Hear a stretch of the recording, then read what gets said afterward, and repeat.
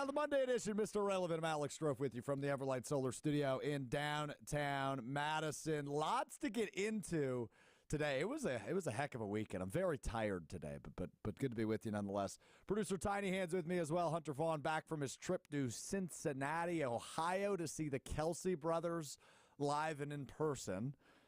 How was your Skyline chili, Hunter? Didn't go with any Skyline chili. What are we doing in Cincinnati then? Isn't that like their thing? Yeah, it is. And like they do No Dumb Questions on their podcast, and they even did that, and they had a question about Skyline chili, and just my wife and sister-in-law, they weren't in for chili, and I wasn't gonna drag them to Skyline just so I could eat something. I passed on the Skyline. Yeah, you're unbelievable. Was your trip good, at least? Did you have a good time? Yeah, it was good. Indiana, driving through that state just sucks. Yeah. Like, it's worse than Iowa. It's terrible. Okay. I hate it. It was good. Got a T-shirt at the show. My wife was maybe a little disrespectful to our show. Why is that? She asked me if I was going to wear it today, and I said no because I'm on the podcast. I'm not going to wear merch from a competitor on the podcast. Yeah, okay. So, and she was like, you guys aren't competitors. They're the #1 sports podcast in the world. I'm like, that's great. We're also a sports podcast. I would guess we're probably somewhere between number 200 and number 500. I would guess that's the range we live in. That's fine. That might be even high, but only 199 places to go. Yeah, exactly. So, I mean, they don't know we exist. I mean, maybe they do now. I don't know if you had any interactions with the Kelsey brothers during your trip to Cincinnati. No, but when the show, they'll air that on YouTube, I think, on Wednesday. Okay. There's a number of times where when they go to shots of Jason during the show, or as well as when they had Joe Burrow on, you'll be able to see me along like the top part of your screen. And Very nice. So I made appearances on their show. Okay, we'll grab some screenshots of that coming up. Busy weekend for me. Let's start with Friday, Hunter. We went over to the Packers tailgate tour, which was in town in Sun Prairie, just outside of Madison. And it was benefiting Sunshine Place. They did an event at Buck and Honey's. They did an event at Angel Park, which is where I was. So exciting show news. Packers left guard Elton Jenkins will join us Wednesday. Got to catch up with him. We recorded the conversation on Friday. That will air Wednesday. Elton Jenkins, Packers left guard, will join us to talk about the offseason, to talk about Jordan Love's development. Some really good stuff from Elton Jenkins. So looking forward to airing that conversation coming up on Wednesday's show. Eric Nehm, by the way, from The Athletic, covers the Bucks with the Bucks regular season coming to an end last night. He's going to join us to discuss the upcoming matchup between the Pacers and the Bucks, the end of the Bucks regular season, and what the heck can we expect with this Giannis Antetokounmpo in injury. So Eric Nehm, by the way, will join us just over 10 minutes from now. But so this tailgate tour, Hunter, I didn't really know what I was getting myself into, right? Like I had no expectation of what it was. I grew up in Green Bay, but I've never experienced the long-running tailgate tour. My first takeaway, so Mark Murphy kind of handles, the opening, right? So he introduces the 6 players, 3 current, 3 former that were there. The current players were Elton Jenkins, Kenny Clark, and Rasheed Walker. The former players were Alex Green, Mike Daniels, and friend of show, Brian Bulaga. And so Mark Murphy kind of opens it up. He's introducing the folks there in Sun Prairie. And I got to tell you what, Hunter, I like Mark Murphy a lot more than I did last week. Really? Yeah, I thought he crushed it.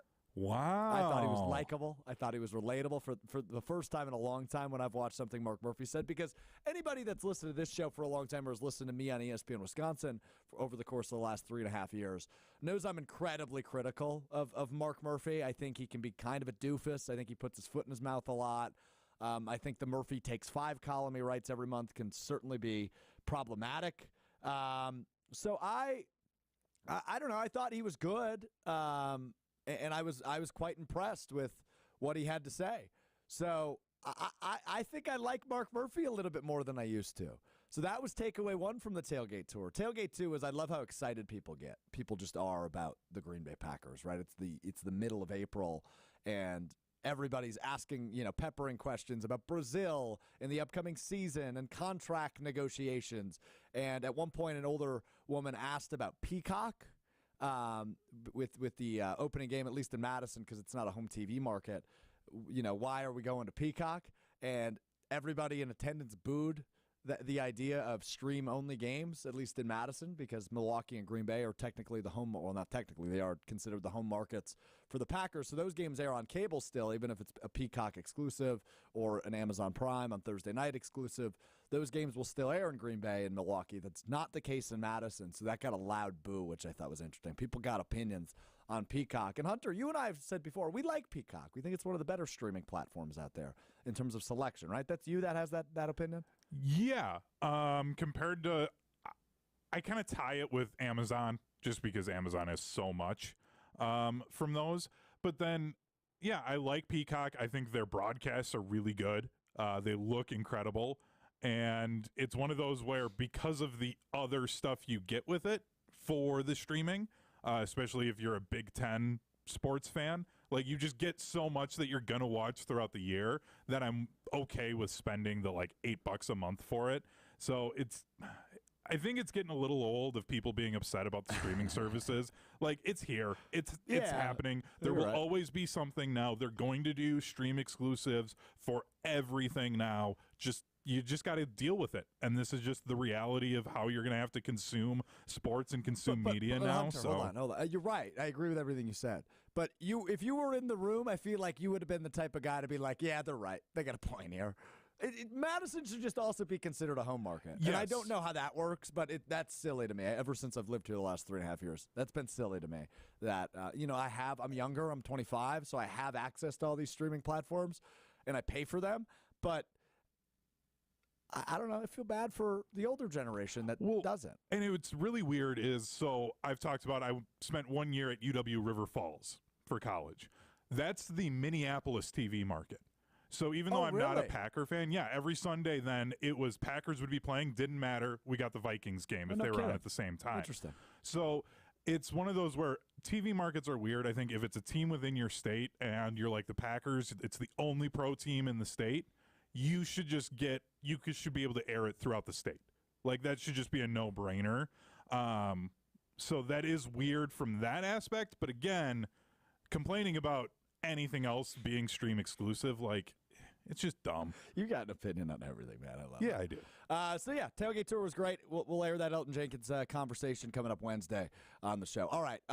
Otherwise, in the weekend, I did.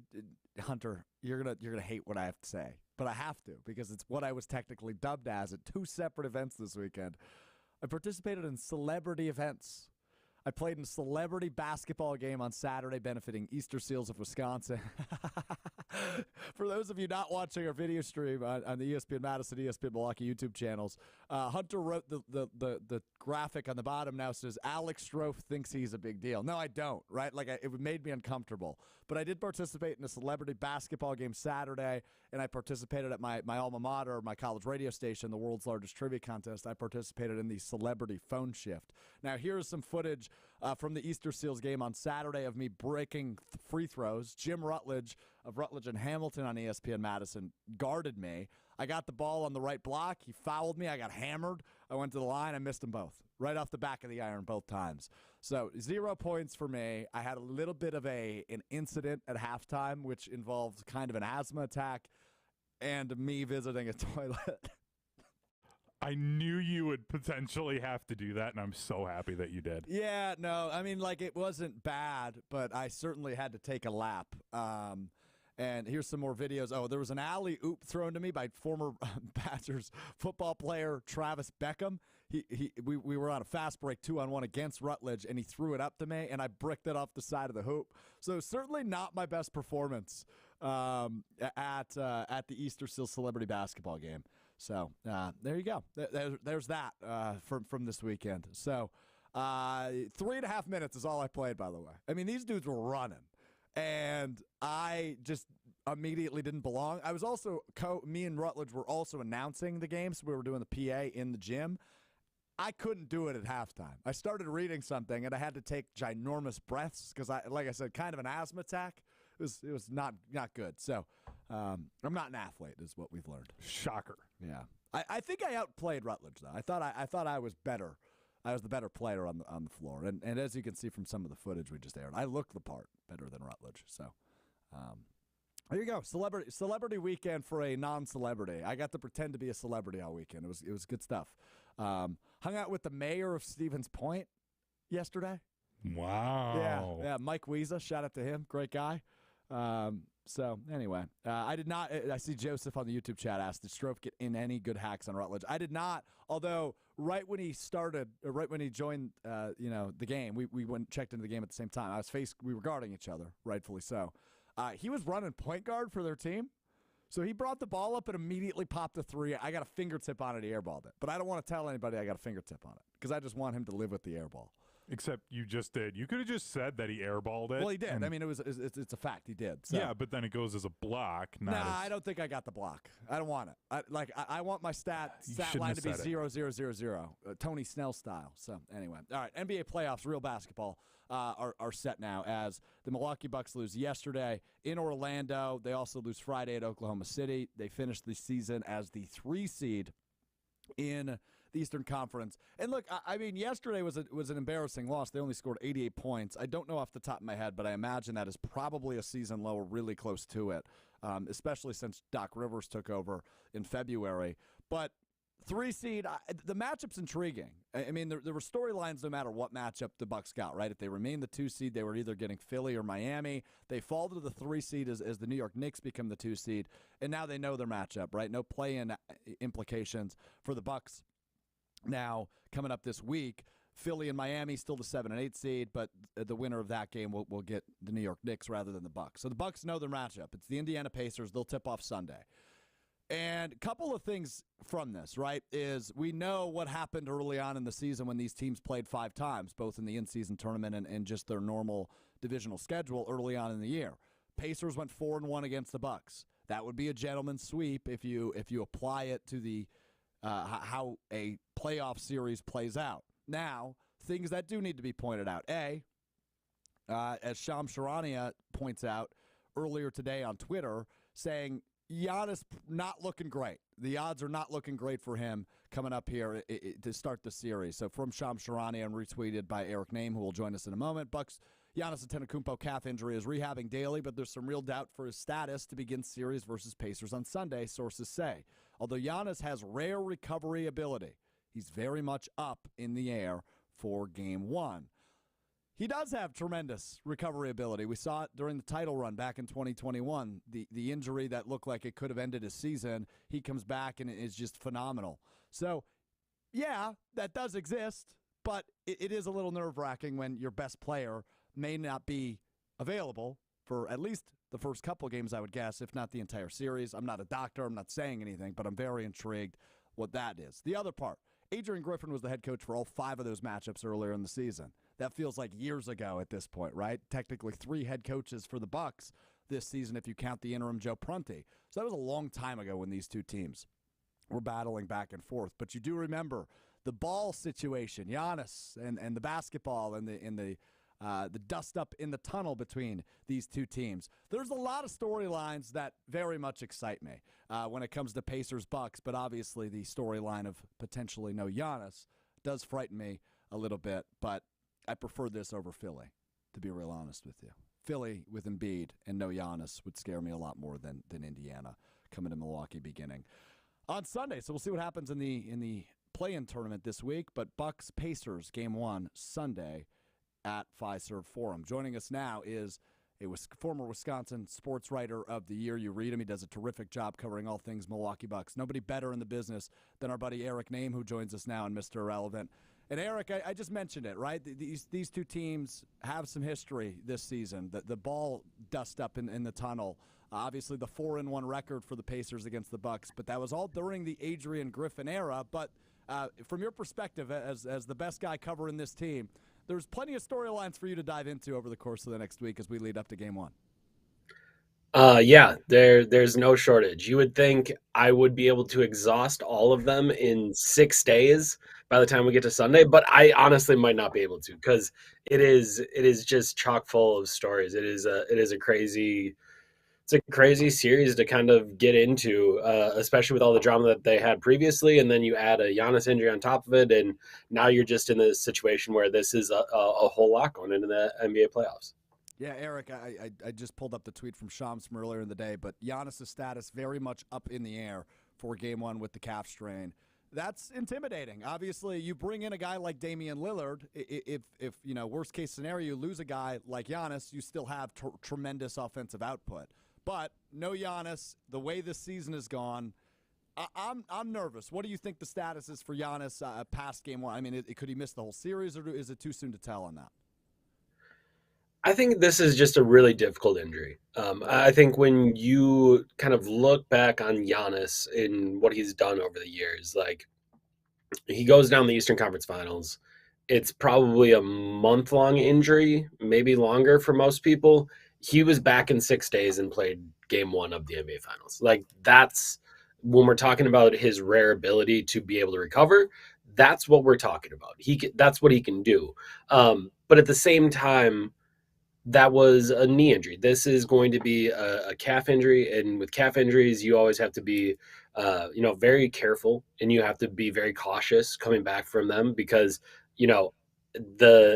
the first story I wrote after the injury was like, okay, well, the Achilles is intact.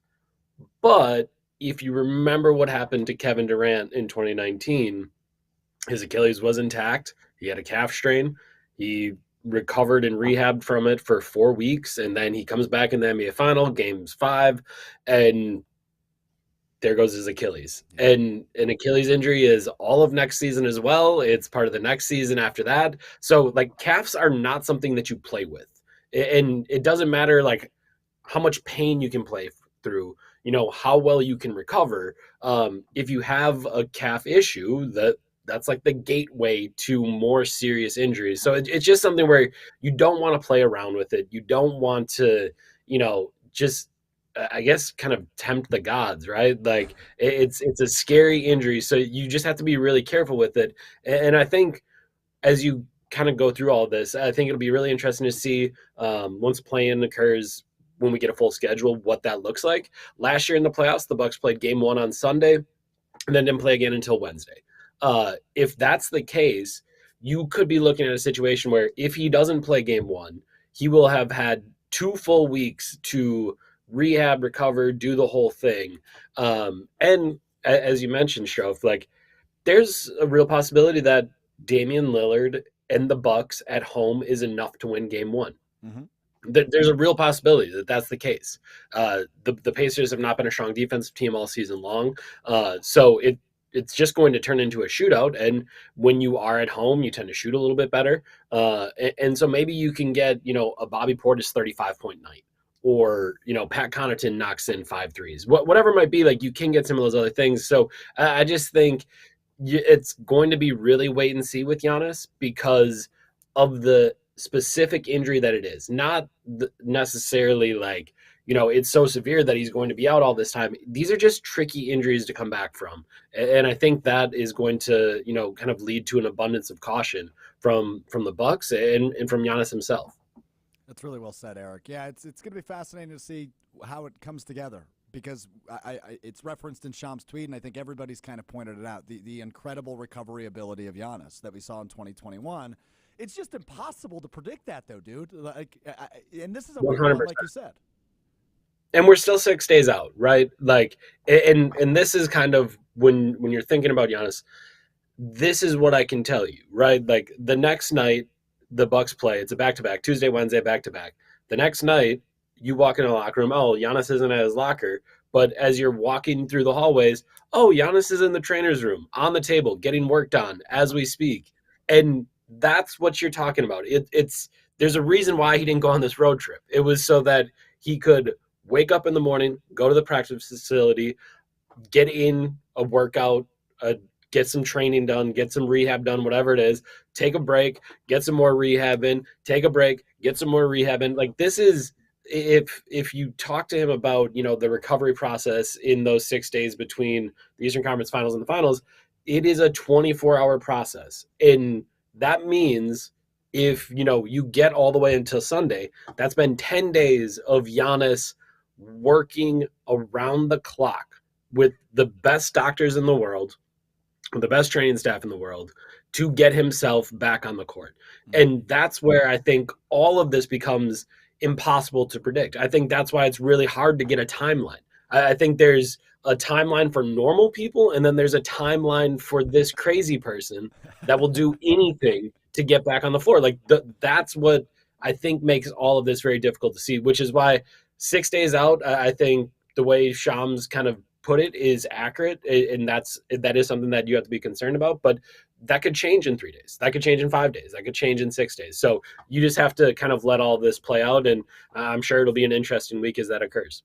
I like that you defined him as a crazy person because that feels very applicable to Giannis Antetokounmpo. I was going to say, I think said it out of love, but no, that's he is a crazy person. There's no doubt about that.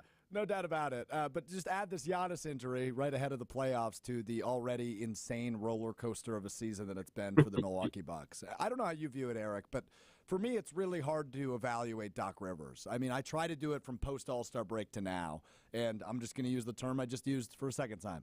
What a freaking roller coaster. 88 points last night. I don't know if that's the season low. You would probably know that. But 88 points in the regular season finale when most of your guys are playing, not pretty. I know they didn't play much late in the game when it was already out of hand. But how do you define the Doc Rivers era so far in Milwaukee? Because I think, A, it's a really hard thing to do, but B, this is a team that has championship expectations going into the postseason.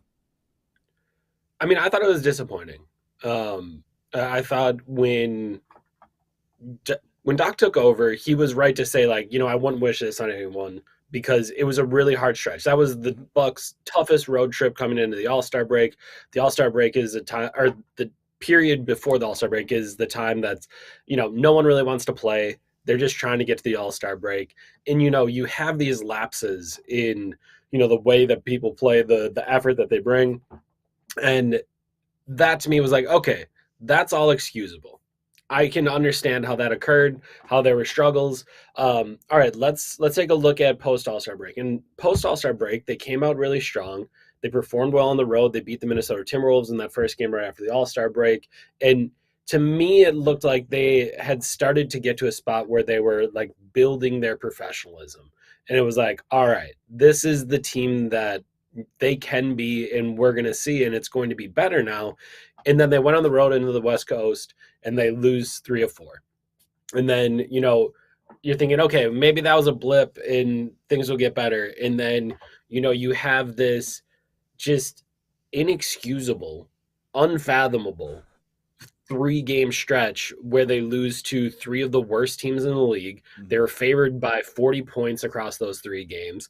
And, they just lose over and over again. Wizards, Grizzlies, Raptors. And you're trying to really comprehend, like, how did this even happen? This team is way too good for that to occur. Even if they are feeling, the April blues and trying to get to the end of the regular season, that just shouldn't happen. They're too talented to lose to those teams. And that's why I think ultimately, thus far, Doc Rivers has been a disappointment. And that can all get turned around with a great postseason performance. That can all, go away if they manage to, win this first round series and then in the second round beat whoever it ends up being on the other side of the bracket. And then all of a sudden you go to the Eastern Conference Finals and you're playing the Boston Celtics. All right, this is like why you were brought here. And I think throughout the playoffs, we're going to see a number of series, if the Bucks make a run, where this is the reason you were brought here. You talk about the Pacers. They give up 125 pretty much every time against the Pacers. They don't get back in transition. Doc Rivers comes in and says, one of my focuses as coach is to be a better transition defense team. And they have been, except for a couple games where they weren't. And that's where you have to try to figure out, like, okay, are they actually a better transition defense team? That was why you were brought in here. One of the reasons, make this team more professional defensively. So if you can get by the Pacers, that is a test that you have passed. Great job. Here we go. Then you go into the second round and, you're playing a team like the Knicks. All right, can the offense look more cohesive? Can Dame and Giannis, if Giannis is back then, kind of do their thing? Can Chris be a part of it? Okay, you pass that test. Now you reach the final boss, right? The team that has run away with the league this year. Can you beat the Boston Celtics and then go take on the MVP and Nikola Jokic or whoever it might be from the Western Conference? Like, this is why Doc Rivers was brought here. Not to be better in the regular season, even though that would have been great. Clearly the Bucks had a huge, awesome record with Adrian Griffin, 30-13. So it wasn't about the regular season. It was about what you do in the playoffs. So all of that can disappear. All of the disappointment, all of the frustration, that can disappear if the Bucks make a run. But it requires the Bucks to make a run. It requires a run, and it's prove-it time for Doc Rivers, as you put it, Eric. I mean, it is certainly prove-it time as we get into the postseason here. One of the changes he's made to the starting lineup over the course of the last few weeks is the addition of Pat Beverley. Give the perimeter defense a boost, I believe was the mindset in that move. How have you evaluated that change? Has it improved the defense as much as we had hoped? Because obviously Dame, not known for his defense. He's an offensive guard. And when you lose a guy like Jrue Holiday, who's the best in the league at that position, you need to find a spark somehow. Has Pat Beverley provided that? I think Pat Bev has helped out a little bit in that regard. I think they've been a little bit better defensively there. I also think one of the maybe unintended consequences, maybe intended consequences was, the fact that Patrick Beverley's not a great offensive player. He's got a torn ligament in his wrist. He can't really shoot. And he's had some good shooting games, and he's been over 20 a couple times, which is kind of amazing, kind of a miracle. But he's not looking to shoot. When Malik Beasley touches the ball and he's wide open, because Malik Beasley shot 45% from the three-point line this year, the ball was going out. And that meant the offense didn't get to a second action. That meant you run a pick and roll on one side, it gets swung to Malik Beasley, who's wide open, ball's going up. You don't have the offensive flow. What we've seen in a couple games is really great offensive flow. And that might be possible. That might be able to, really pay off for the Bucks. But also you could see it like it happened in Orlando, where Orlando just didn't cover Pat Bev. They didn't care. Mm-hmm. Whatever. If you want to dribble the ball for 10 seconds of this possession, do whatever you want. We don't care. You can shoot it. You can drive it. You're fine. We're just going to make sure the other guys don't get the ball. So that to me is where it'll get interesting in the postseason is, as you saw yesterday in Orlando, they just didn't have enough offense. And I thought they looked better offensively when Malik Beasley came into the game. And if it's an offensive starved team like the Orlando Magic, okay, you can get away with it. You don't have to be that good defensively. You just got to put up enough points to win. So watching how that formula kind of comes across here in the postseason is going to be really interesting because the Pacers don't play a ton of defense. So can maybe try to be better defensively and have Patrick Beverley out there, but also you may need to get into a shootout. Like you have to try to figure out exactly what you need in this series. And Beverly's another option, but I don't know that he's, the fix-all. He's not going to solve every problem that you have. He's just not that type of player at this point in his career. No, I think you're spot on with that. Final thing for you, Eric, is, we just called it prove it time for Doc Rivers. What is the conversations been around the locker room as they wrap up the regular season on the road over the course of the weekend? Does this team feel like they are still a championship team despite the uncertainty with Giannis, despite the uncertainty with the head coach, at least in the public eye? Do they still believe in that locker room this is a championship team and it's time to prove it? Yeah, I think undeniably all of those guys, you look around that roster, one, you have champions. You have a guy like Chris Middleton. You have a guy like Bobby Portis, Pat Connaughton, Brooke Lopez. They've all done it. They have championship. So they can lean on that. And then I think with Damian Lillard, he's talked about, sure, there's a regular season. You have to get through it. And I like playing basketball. So obviously I like the regular season. But, I was brought here for the postseason. This is the reason why I was brought here. So I think you have some of that with Dame where it's this is the moment I've been waiting for. It wasn't a Tuesday in Indianapolis. It was next Tuesday in Indianapolis when it's a playoff game. That's the one that I want to be around for. That's what I want to do. So I think you have all that. And then, Doc Rivers hasn't really sugarcoated it. Yesterday he said, we need a lot of work, and we're going to put a lot of work in this week to make sure that we're ready for our first game in the postseason. This is going to be a serious week for the Bucks. They need to get better. They need to be more focused. They need to make sure that, they're ready to go for this playoff matchup. And I do think there's probably some hope that the fact that it is the playoffs will elevate that. There won't be those, those moments where they aren't overwhelmingly professional, like Doc Rivers had said in Washington, D.C. a few weeks back. Those games, all of them count now. So I think that's kind of the hope that, one, there's a lot of faith, there's a lot of confidence, but also I do think there's going to be an increased level of focus here as the Bucks reach the postseason. Yeah, and if you need to build in a chip to put on the shoulder, let's remember what happened in the first round last year, right? They do not want a repeat of that with some home court advantage as the 3 seed in the Eastern Conference. Eric, you're the best in the biz, buddy. Really appreciate you taking the time, giving some insights, and hopefully we've got a deep run incoming where we can do it again soon. I hope you're right. That sounds fun to me. You like to work. I do. I'm a worker. I'm a grinder. I got a little crazy in me too, Yeah, you do. He's the best. Eric Nehm from The Athletic covers the Bucks. Appreciate you, Eric. You're the best, man. I'm still nervous, but Eric providing, per usual, terrific insight on the expectations for the Bucks. And I think his point that he hit home multiple times throughout is this is a team that didn't really give a damn about how the regular season finished up. Right? I don't think they're freaking out about an 88-point offensive output yesterday against the Orlando Magic because it just doesn't really matter anymore. It's set. You know what you got to do. You got to win this first series. You got to get further than you did a year ago. Then in the second round, hopefully you have a healthy Giannis, completely healthy Giannis. And if you're playing New York, the Knicks, the 2 seed, they've got the home court advantage in that series. Win it on the road. And then if you get to the Eastern Conference Finals, which I think at this point, with the expectations and the way they've changed over the course of the last 6 months, is if you get to the Eastern Conference Finals, that's a successful season. However, if you use the same expectations you had in the preseason, when Adrian Griffin was the brand new head coach, and it's late into the offseason, shortly before the regular season picked up, you trade for a bona fide all-star, a bona fide all-pro, a bona fide Hall of Famer in Damian Lillard, that screams, hey, we're putting all the chips in the middle of the table. So if you're using the same expectations that when that happened, the day they traded for Dame, and the day, Adrian Griffin began his tenure, very short-lived tenure as the head coach of this team, you expected a championship. And as roller coastery and rocky as it's been for the Milwaukee Bucks, it's kind of still the scope you have to use despite you have an 82-game product to look at now, which was not championship level. But anything can happen in the postseason. And when you have Giannis and Damian Lillard, I feel like you should still be favored in a majority of your matchups until, hopefully, you get to the Eastern Conference Finals with Boston. You said you're completely checked out on the Bucks last week, Hunter. You've had the weekend to debrief a little bit, take a breath.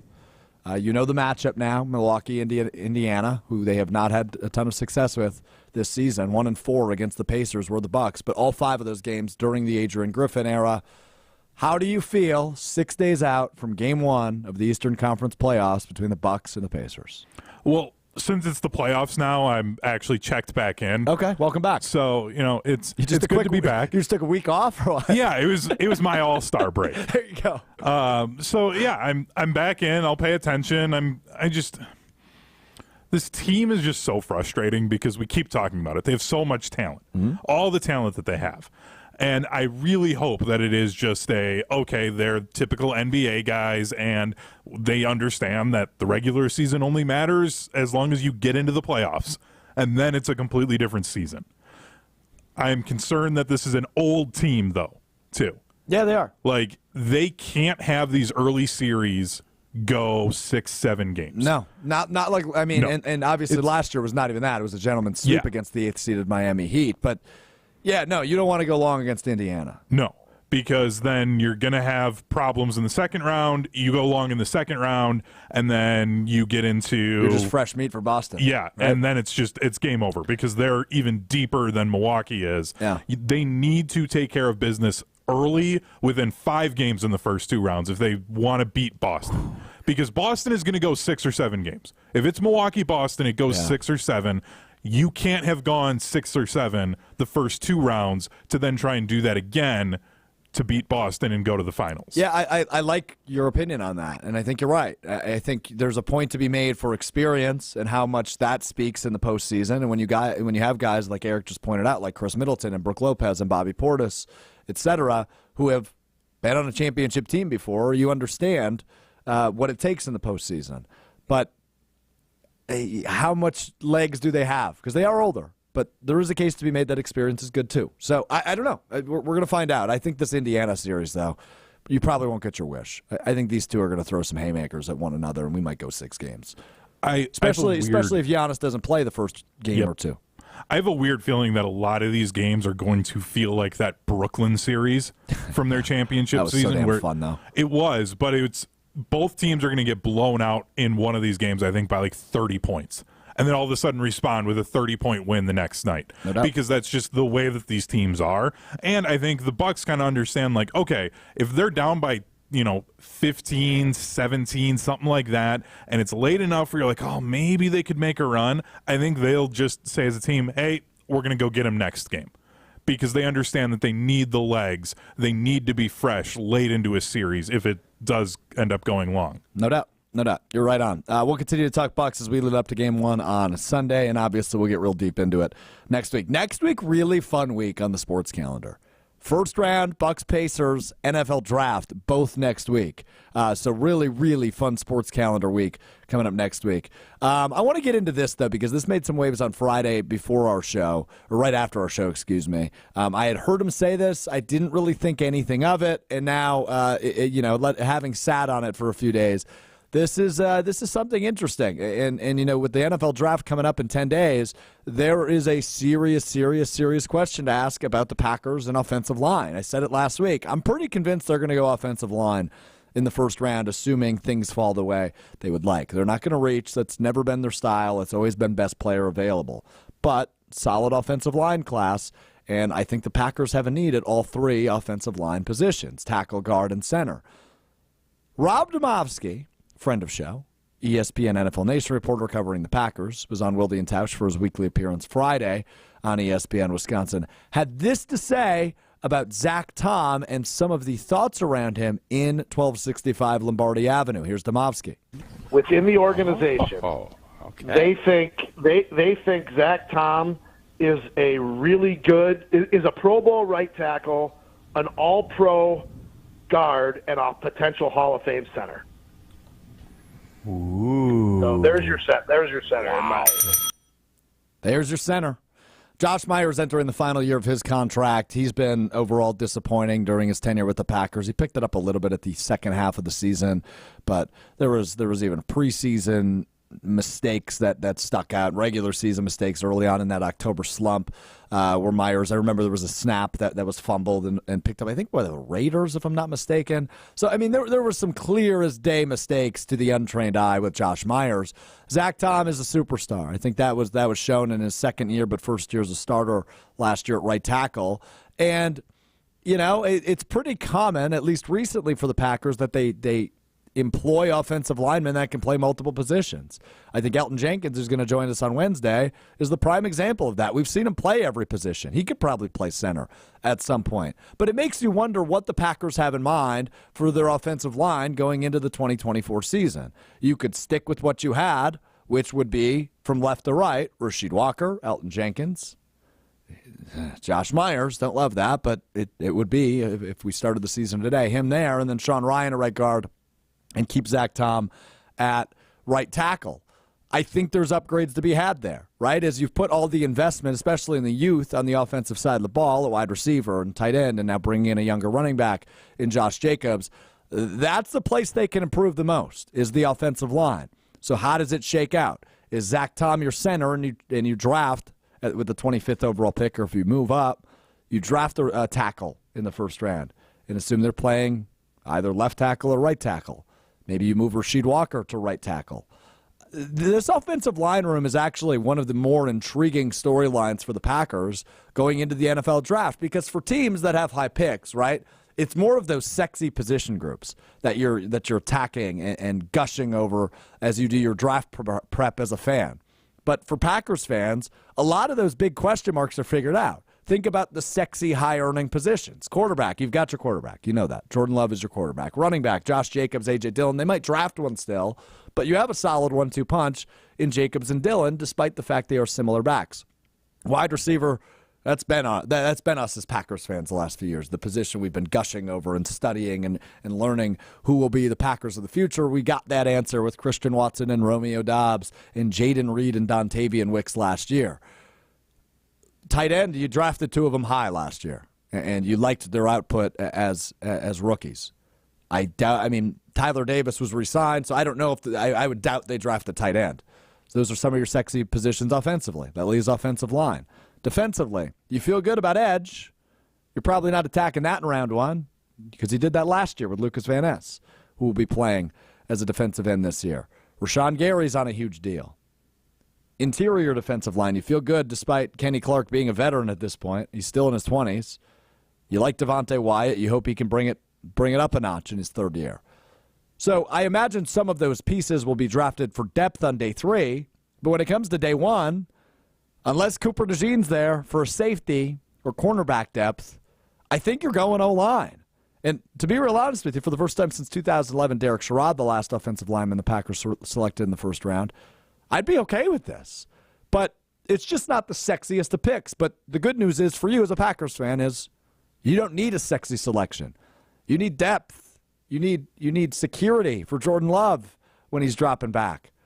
And I think O-line would be the play in the first round for the Packers. That's why I've convinced myself of it. And after hearing that from Rob Demovsky, I wonder if there will be some shuffling on the offensive line come week 1 in Brazil. So I was interested in this, and I had to look it up for Zach Tom because I knew he played tackle at Wake Forest. According to his Wikipedia, his redshirt sophomore season, he was the team's starting center. Interesting. And that is the quarterback of the O-line. Like, you're setting the protections. That's something that if you have a center that can do that and can do it well and is on the same page with your quarterback, it takes a lot off of Jordan Love's plate to need to worry about. Because he just knows, like, okay, in this instance, let's say Zach Tom has it. Yep. So the fact that he's played the position already, that's huge for him. And having played all the other positions, he knows what it's like for those guys. I think he's the answer. And that makes me, as a Cowboys fan, by the way, very happy because that means Packers will go to the other spots. And potentially there's the center from Oregon who might be around then. I really like him. There's also that guard hybrid guy from Duke. So I feel really good. Cowboys in the center is what you're saying? They just need O-line. Yeah, a lot of teams do. Yeah, it's anywhere on the O-line for them. So the fact that the Packers might have one of those guys that might be there makes me feel really good. And Zach Tom is just so good. He's great. It is so hard he stays to play healthy. all the positions. He stays healthy. It's up from here. Yeah. But you've got another guy in that room that does that too, right? Yep. Elton Jenkins. Yeah. And I thought Wilde and Tausch, and if you missed their show this morning, I thought they had a really fun conversation around would you rather have Elton Jenkins or Zach Tom as your center? You've seen Elton do it more at the NFL level. I think Zach Tom only did it for 5 snaps or something.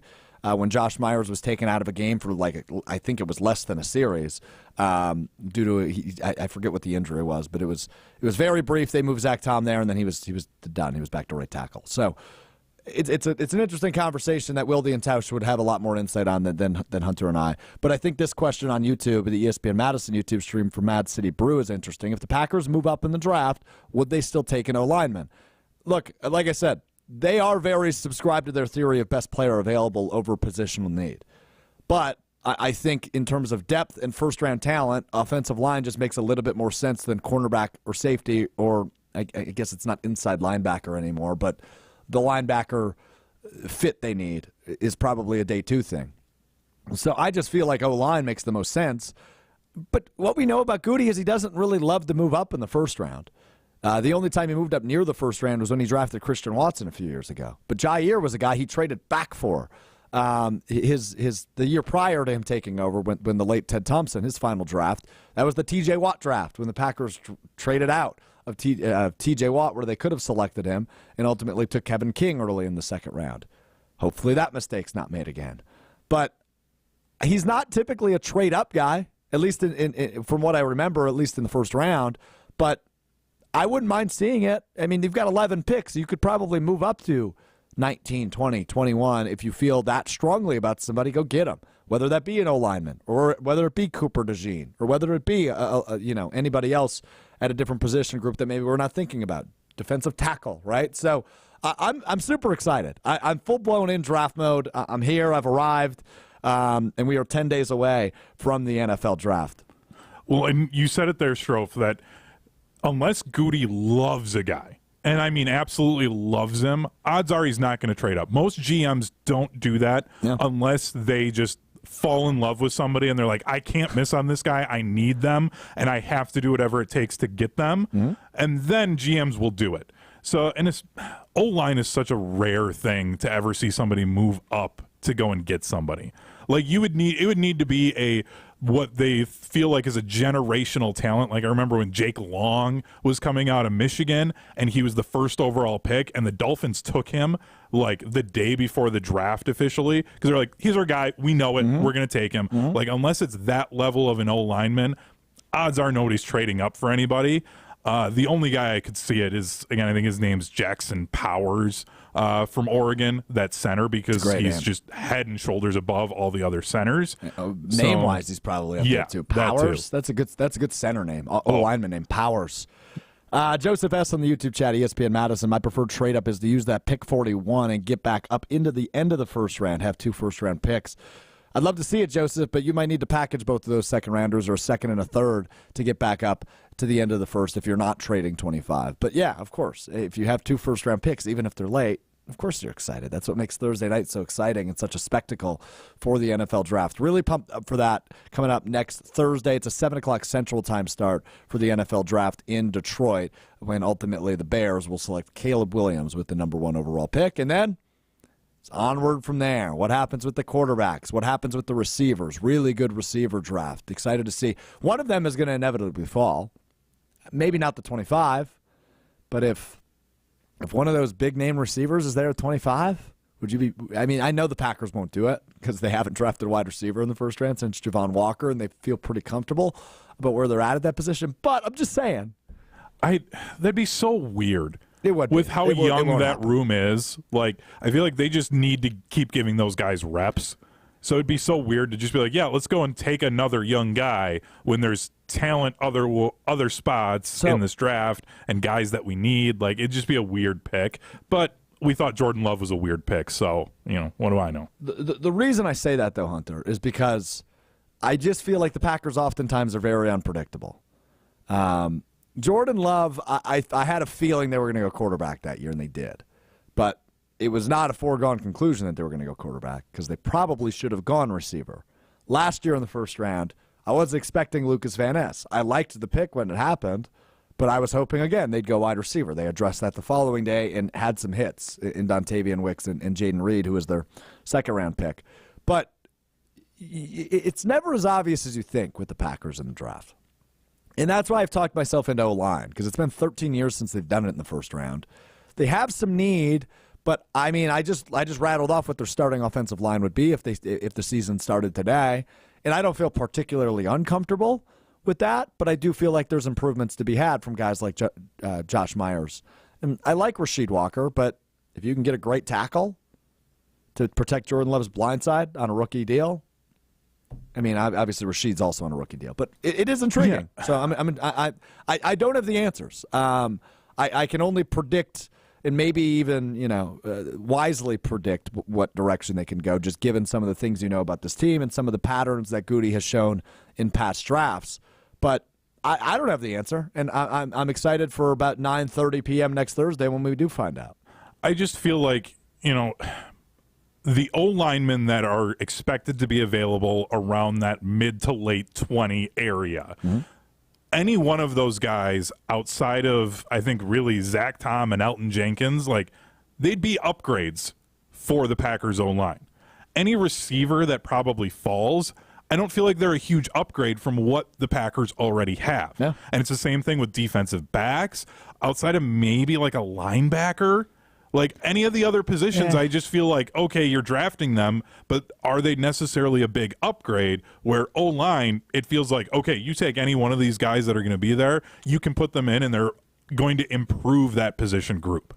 Yeah, I mean, I think that's a good opinion, and it's never a gimme either, right? I mean, Derek Sherrod and injuries played a role in that, but he was not a hit.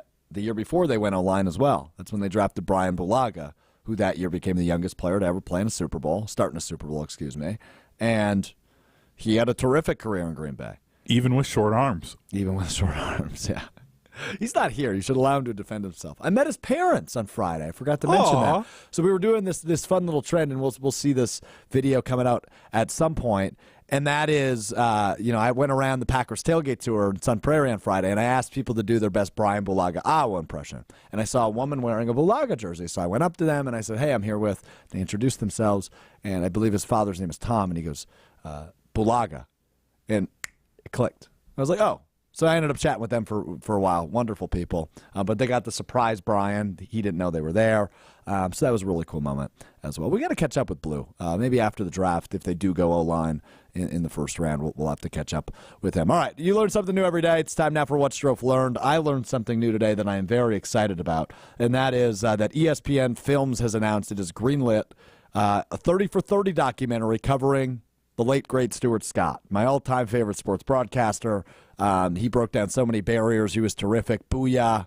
Cool as the other side of the pillow. And just a terrific human being. And there's a lot of quotes in the release from ESPN and 30 for 30, but we know how good those documentaries are. Every sports fan has watched 30 for 30s before and has their favorite. This could be a front runner for my new favorite. So really excited to hear about Stuart Scott, his life, obviously, unfortunately, his battle with cancer, the amazing ESPY speech, but that is in production from ESPN Films and 30 for 30, a documentary around Stuart Scott, who just lived an unbelievable, exemplary life, and I'm really excited to see what comes of that one. So fantastic news from 30 for 30, who always puts out bangers. This one will certainly be one as well. If you're doing a Mount Rushmore of just studio anchors. Yeah. Studio anchors of any network? Yes. Okay. I mean, you've got to go Stuart Scott on there. I think Dan Patrick. Yep, I'm okay with that. Keith Olbermann. Because those two, I think those two together, they set the standard for what ESPN became. No, that's fair. And SportsCenter became. But when do you get into the likes of like James Brown from CBS? I know. Ernie Johnson from Turner. Okay, so we'll take Keith off of there. Yeah, I don't think so Keith Stuart belongs. and Dan are on. I'm okay with Dan. Yeah. And then... Oh, man, that's tough. Bob Costas? Bob Costas has a very, very good case, yes. Probably Bob Costas. I just watched, by the way, he did an interview talking about O.J. Simpson. Yeah, and O.J. tried to call him. Tried to call him from the Bronco.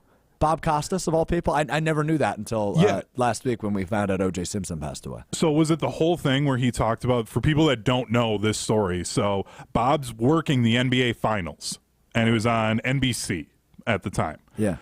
O.J. tries to call. The call gets routed into the truck. The producer didn't believe him that it was actually O.J. Simpson, hung up on him in the middle of the white Bronco chase. O.J. got hung up on because he wanted Bob, because he's like, Bob, you'll give me a fair interview. You'll actually listen to me. So he wanted to talk to Bob Costas, got hung up on. That's absolutely absurd. But anyway, all right, there we go. Fun way to wrap up Monday's show. As mentioned, Packers guard Elton Jenkins. Packers guard, tackle, center. Packers offensive lineman Elton Jenkins will join us Wednesday. Our conversation from Friday at the Packers tailgate tour. We'll air that Wednesday. Really fun conversation, about 10 minutes long, with Elton Jenkins of the Packers ahead of the NFL draft. He'll join us Wednesday. Colin Russo, of course, will join us Friday for a Colin Russo Friday. But exciting week ahead, man. Lots to get into. We're going to dive deep into the NFL draft. We'll do some more of that heading into next Thursday as well in the Bucks playoffs. Tip-off Sunday, Bucks Pacers and ran won the 3 and the 6 seed in the Eastern Conference. So plenty to get into. Enjoy your Monday. Enjoy the beginning of your week. We'll talk to you Wednesday beginning at 12:30 on the ESPN Milwaukee, ESPN Madison YouTube channels, and available wherever you get your podcast. Just search Mr. Relevant. My name is Alex Strouf. We'll talk to you then. Peace.